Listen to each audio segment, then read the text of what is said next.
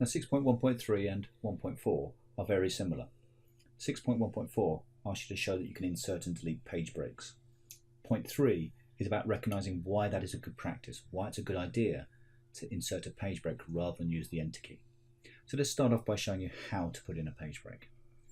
In this kind of question, we've been asked to make the paragraph that has the heading file start on a new page. So if I scroll down here until I find the heading file, there it is, I want that to start on a new page. Now a lot of the time people will press the enter key repeatedly to get that down onto the new page. But to do this properly, we go to Insert and we put in a page break. And that starts the word file at the start of a new page. Now why is this good practice? If I zoom this out, it'll probably become clearer. So the page break is up here where my cursor is flashing. Let's take that back a moment. I'm just going to delete that page break.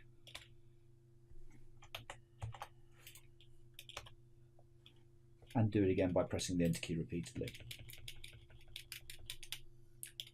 Now Word has guessed all these spaces and it's put it part of the way down the page. This is to do with something called widows and orphans that stops things going right to the very top.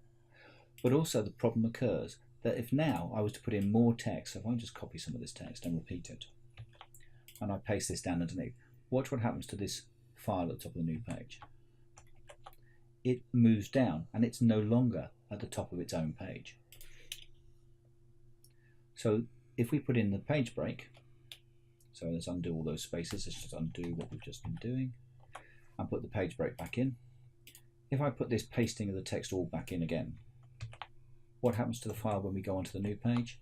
It keeps on its own new page. So this is the best practice for organizing documents. If you want to start a new chapter or a new paragraph that begins a new section, the page break is the way to do it.